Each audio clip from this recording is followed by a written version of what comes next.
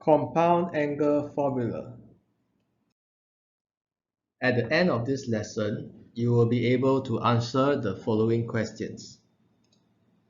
How do we find sine of a plus minus b and cosine of a plus minus b in terms of sine A, sine B, cosine A, and cosine B? How do we find tangent of a plus minus b in terms of tangent A and tangent B? Recall that in a right-angled triangle with an interior angle x, the sides opposite, adjacent, and hypotenuse are labeled as shown on the screen. And the trigonometric ratios sine x, cosine x, and tangent x are defined to be the ratios of the opposite divided by the hypotenuse, the adjacent divided by the hypotenuse, and the opposite divided by the adjacent respectively. Now, is it possible for us to find the sine, cosine, and tangent of the sum or the difference between two angles A and B?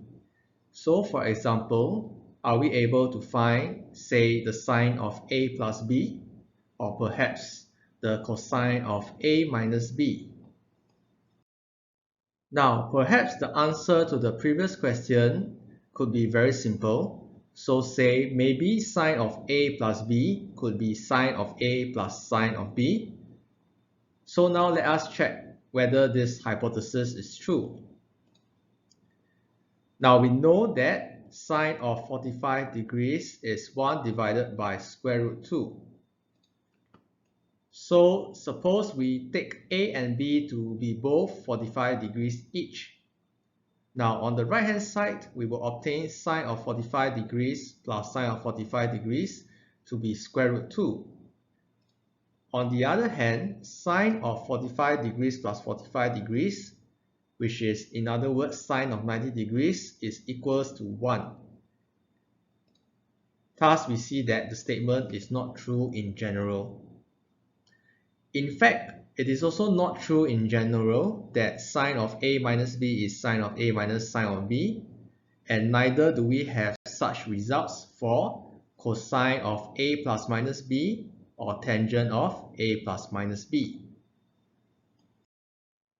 Now, to find a formula for sine of A plus B, let us now consider the diagram as shown on the screen. Observe that in this diagram, there is a pair of right-angled triangles XWZ and YWZ, for which A and B is an interior angle respectively. Now we can say that the area of the triangle XYZ is equals to the area of triangle XWZ plus the area of triangle YWZ.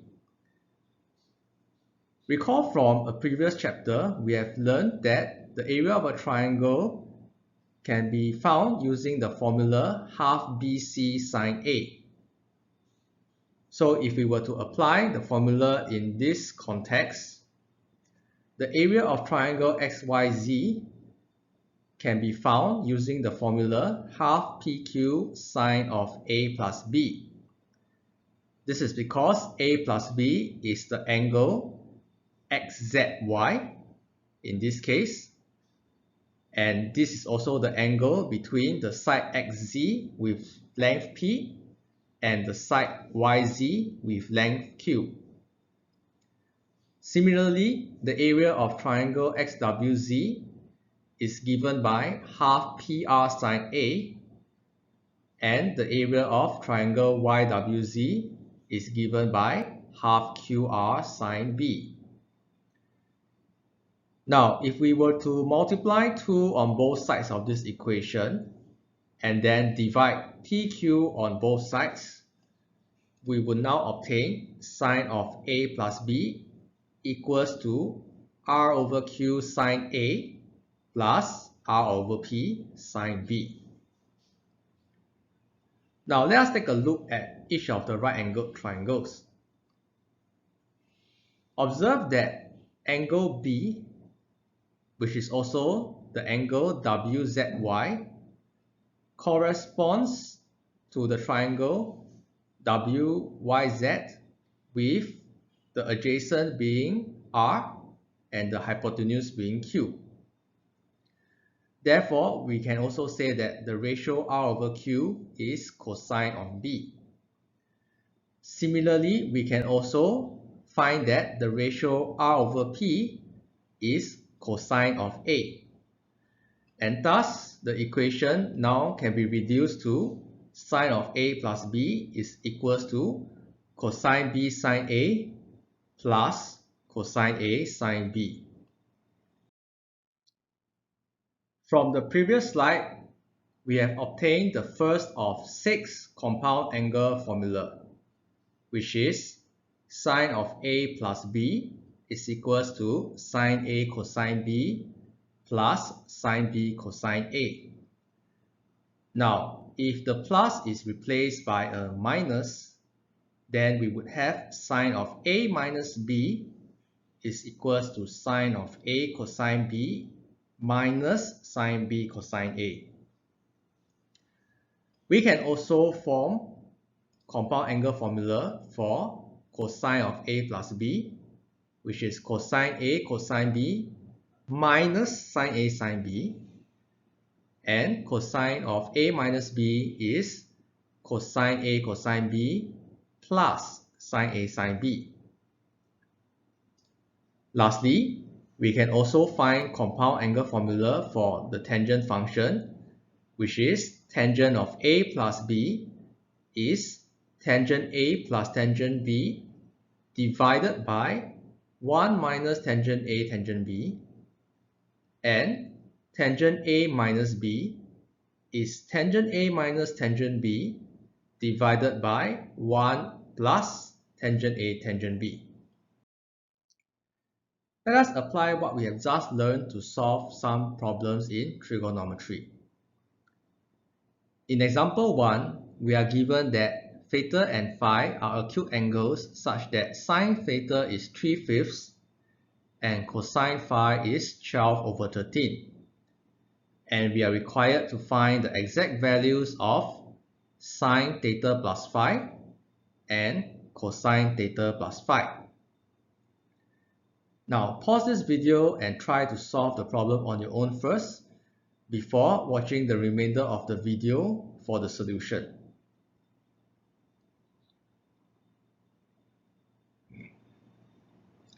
So to solve this question, recall that the compound angle formula for sine will give us sine theta plus phi to be equals to sine theta cosine phi plus cosine theta sine phi.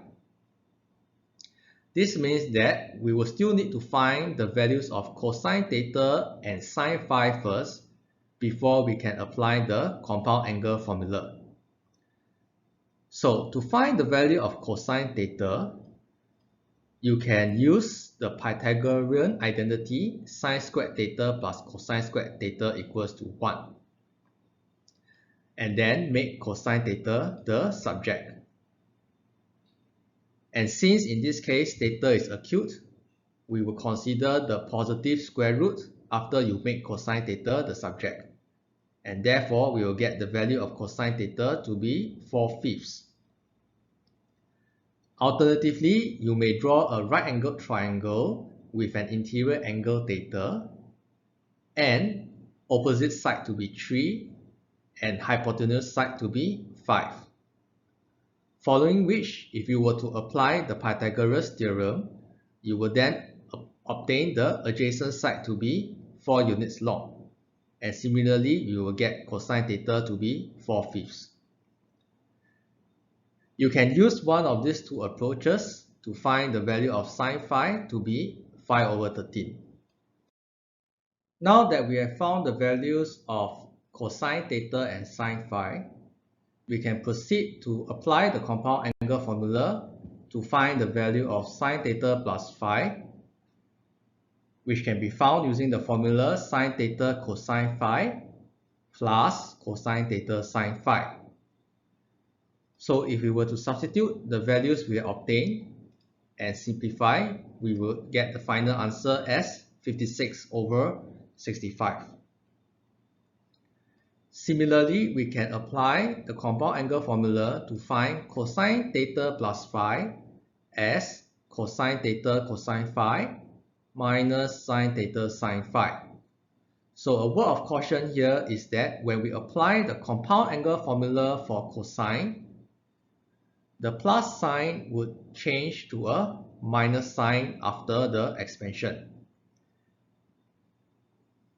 Similarly, once we have substituted the values, we will obtain the final answer as 33 over 65.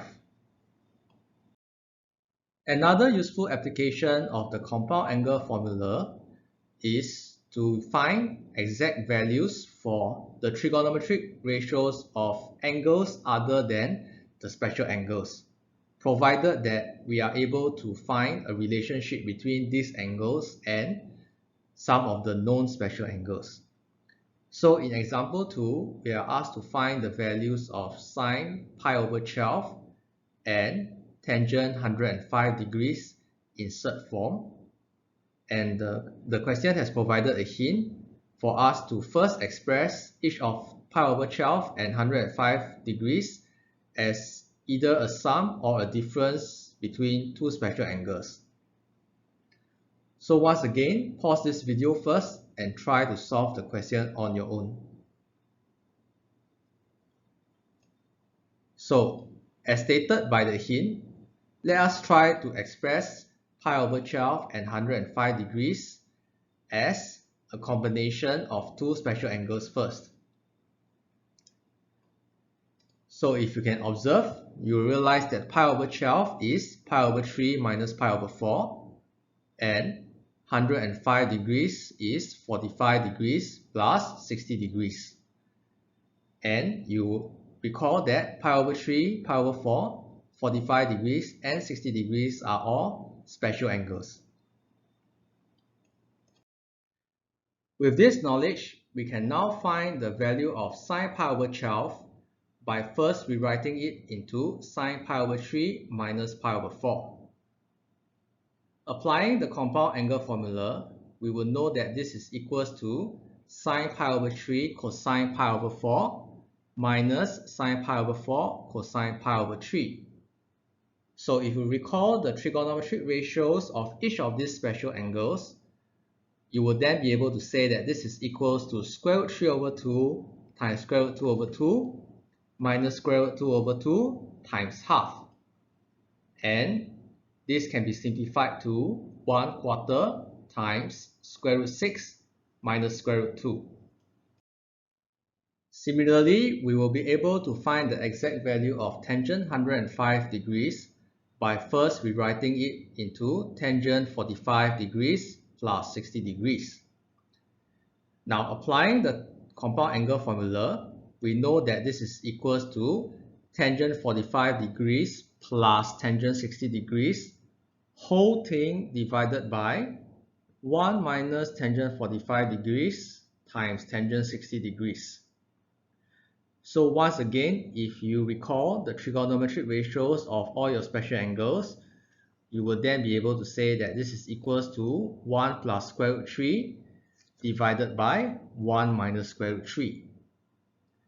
So, as usual, now that we encounter a fraction with a surd in the denominator, we should proceed to rationalize the denominator as shown in blue on the screen right now. That is to multiply both the numerator and the denominator by 1 plus square root 3.